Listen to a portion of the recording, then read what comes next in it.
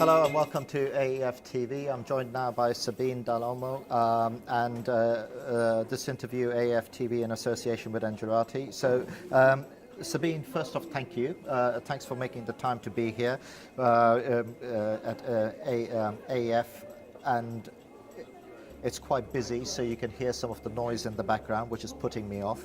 But we were talking a little bit off air, Sabine, and one of the things that I was saying is that a narrative that is coming through in the interviews that I've done up until now, energy ministers, utilities, and so on, and certainly from my observation when I first started covering Africa Energy Forum, a lot of talk was about how do we create power generation, and that bubbled on for a while, but now the narrative all seems to be around, well, it's all well and good having this power generation, but we need to get it out to people. So yeah, how do you, from a personal and maybe a Siemens point of view, see us being able to solve this grid issue? You know, and let's not try and make it too complicated for this. Let's stick at the distribution end. We'll park the transmission end for now, but could you share your view on that? Yeah, specifically, first of all, thanks that I'm here, and I appreciate that you take the time as well to talk to me. On the distribution side, what we definitely see is, and as you rightly said, there is a great demand as well to basically work on transmission and distribution networks, because generation is one aspect, but what we see as Siemens is that when we talk about generation, we often think about immediately on how that generation can be connected in order to supply to the consumer. So just to put the whole picture, and if you have any new development, you would basically look into all aspects, and that's also part of our total value chain, which we can basically supply as a company. So on the decentralized, on the grid connection, specifically on the distribution side, the biggest challenge in Africa are basically revenue collection and non-technical losses, because to a great extent that is not monitored properly. And here specifically on the technology side, technology is meanwhile so advanced that specifically when it comes to non-technical losses, which is in some of the countries really a big problem, you will be able to detect them much quicker and basically disconnect these areas in order to ensure that the generation you want to sell into the market actually be sold against a revenue stream. So there are technologies which we are actively putting forward. And here specifically also when we look in many of the countries from the funding agency side, we believe it's very important that they also look into these aspects, because as you rightly say, the hype in the past years was very much about generation, and generation will also be for many years still an issue. But there are countries already which have generation capacity, as you rightly say, which cannot currently sell that to the consumer because there is no connection. And given as well the mix of the consumer base in Africa, you have the two types of consumer, the households, where you really need to think about a kind of a prepaid model to ensure that when they have funding available, that they are able to pay for the electricity, and in the means they can afford. And then you have on the other side a very attractive consumer base, that's industrial base. And in many of the countries, they are currently running on the basis of diesel backup generators. They run by themselves, very expensive power. That's because the reliability isn't there, you know. So you talk to some of the industrial off-takers, for want of a better word, they're like, well, why would I connect myself to the grid, or why would I run it? Because it goes up and down like a yo-yo, and I've got a manufacturing line where every time it goes down, it takes me 2 hours to ramp back up. So that's a big issue. It's not just getting it out there, but maintaining the quality. Correct, and that's a very big issue, specifically if you run a operation in a manufacturing environment. You cannot have these kind of production losses, because then at the end of the day you don't have any profits in it. But specifically, you know, when you talk about the distribution and the stability of the grid, it is important that also you have the best technology supporting that, because as you rightly say, it's a kind of a belief.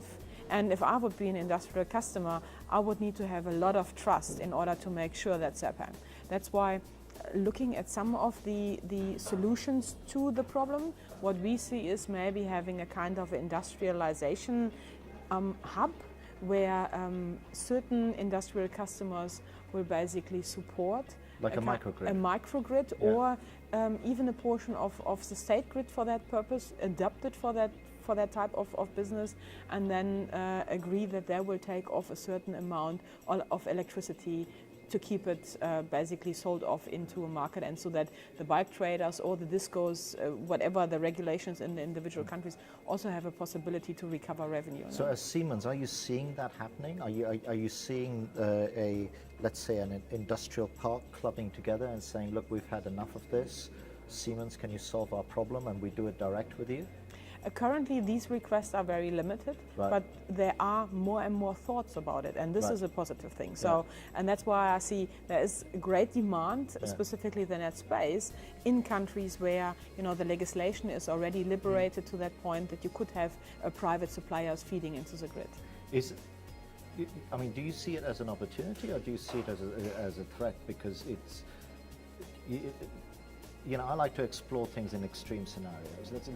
Let's take a point where, this industrialized community starts going, you know what, we can now do this ourselves. And actually, if we do it ourselves and we club together, we'll get to economies of scale, we'll bypass all the inertia and the bureaucracy, and then suddenly you're left with a state disti or transmission line operator who's like some sort of weird backup. And the best paying customers have left.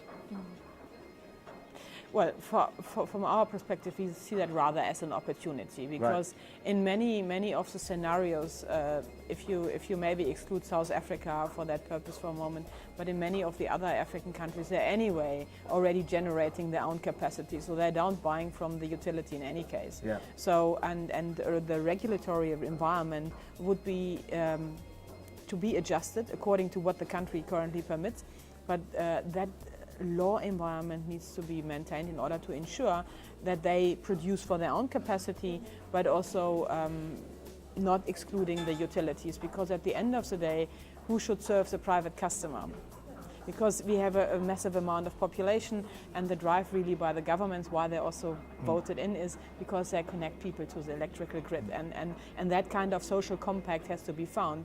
And I truly believe as well industrial customers, if they are true residents of a country, they have a strong interest that they collaborate with the state-owned entities. And so would you say that actually the way of getting there and doing it, and the only reason why I'm exploring this topic so keenly at this year's AEF is because it's been brought up so many times, and to me the entire value chain is broken if at some point or the other a part of the value chain is not sustainable. You can have a distribution network that doesn't make a profit, but it should be covering its own costs.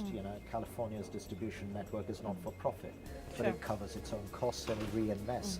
So, would you agree that actually we need to change a little bit the conversation, because we've got these IPP templates, we've got these power purchase agreement templates, a lot of conversation is around that.